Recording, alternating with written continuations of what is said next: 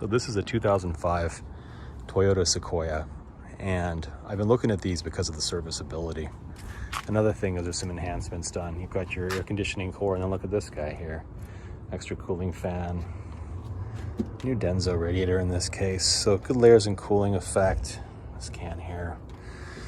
Now look inside this engine bay, and look at all the room you have to get to things because it's a rear-wheel drive vehicle. And look how accessible coil packs, spark plugs, I mean, you name it, it's there. Timing belt on this car. I hope the whole front bumper comes off because, man, actually, yeah, that's no cakewalk. We'll go under in a second, but this is the current status of this thing. It was an 05, it's at 150. It's been nicely detailed. Cloth interior, got your nice tree going on there. A very Sienna feeling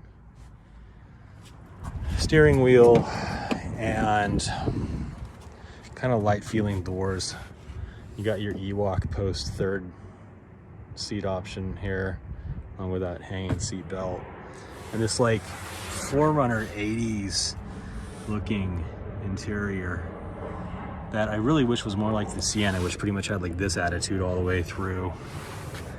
Legroom wise, there's like a generous amount for the front, but basically these last two rows are not that different from a Honda Pilot, which is our other choice right now.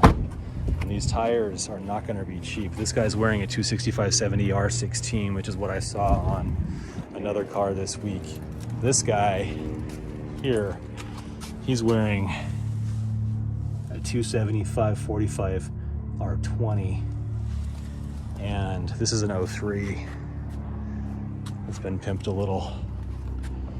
So the back seats on this generation, the 1 and 1.5, which is still a 1 gen here, they fold down. That doesn't really give you a lot of room, but they also come out. Whereas in the next version, the UCK6X platform, they do the Sienna thing in this third row of going into the floor.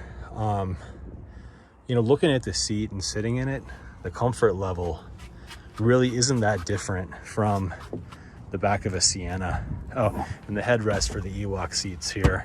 Actually, an Ewok wouldn't fit in there. You probably need like an astromech little bipod type, because there is just not room on these middle seats for this type of design to be friendly.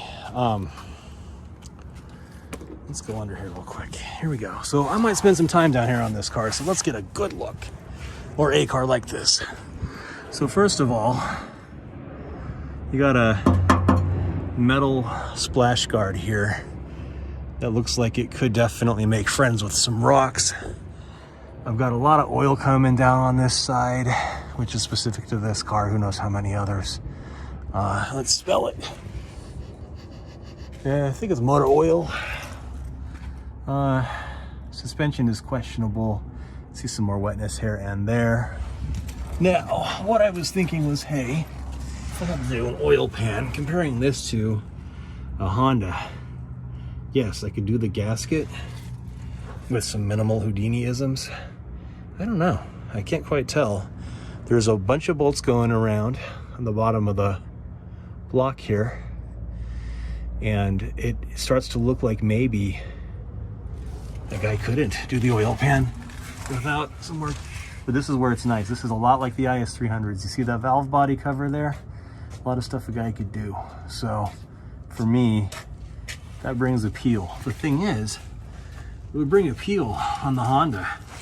It would bring a lot of appeal on the Honda Pilot, where there's a bunch of frame members in the way of everything like it, and the transaxle effect for the front.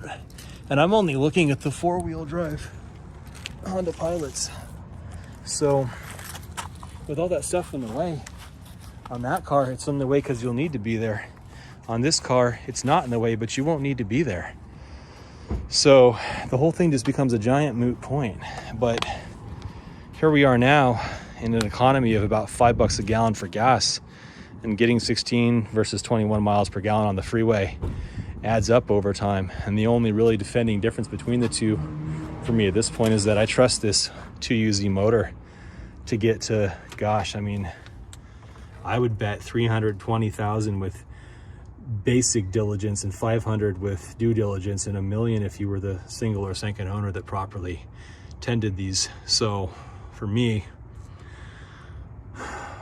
it's a really tough choice based on the mechanical aspect, serviceability aside, in that I would probably trade gas mileage for longevity, even at say $5, $6, $7 a gallon. I'll put out a spreadsheet and maybe throw my numbers in a comment for this, but I'll post this video after I've made up my mind so I don't cause myself competition, but I'm at Cars R Us in Irvine and they have not one but two. And their reputation looks really good. They're a small chain. And I'm glad to meet the guys here. They're very low pressure. I'll put notes about as to how the negotiation would go because I need the practice anyway. So that is that. Let's start it up. This kind of thing happens on any of your older Toyotas. Toyota builds a car where the motor outlasts the interior and exterior. Oh, look, someone's got a little. Here we go. So it has not been started recently. The engine is cold. Voltage on the battery looks good, but that's not exciting. There's your 2UZ-ness there. Idle super chill. Oil temperature, I think that has to be lying. How can you be? Is that pressure?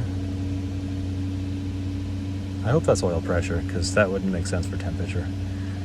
I'm feeling some motor mount issues on this thing. The idle right now is giving a lot of wobble. And I smell fuel and oil. Granted that like Siennas run super rich.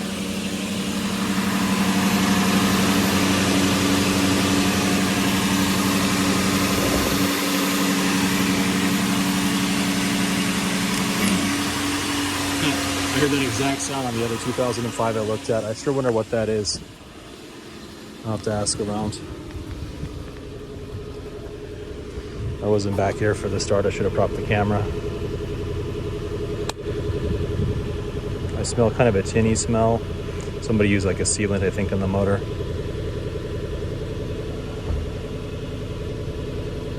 Yeah, I smell a sealant.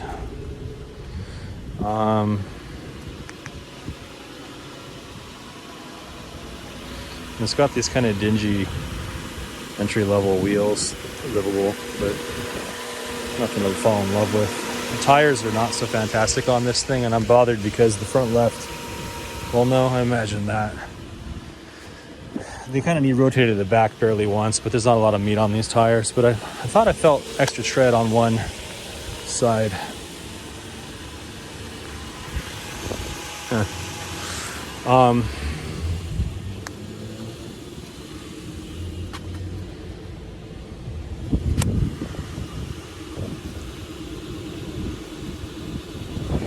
Nah, they're pretty evenly worn with about 40% life left. All right, well, interesting thing about the interior on these cars, you can actually get to the blower motor pretty easy on these. So when they'll start to make noise, they're doable, or if they're sagging your voltage when they're on. I'm sure this is dead here. And then the climate controls are kind of peculiar because these are like free spinning. So like the whole thing that people in my generation like about knobs is that they have stops on them, which for these, they don't do that. So you have to kind of memorize the ticks instead, which is not the end of the world. AC's nice and cold on this thing though. Okay, well, that's it for now.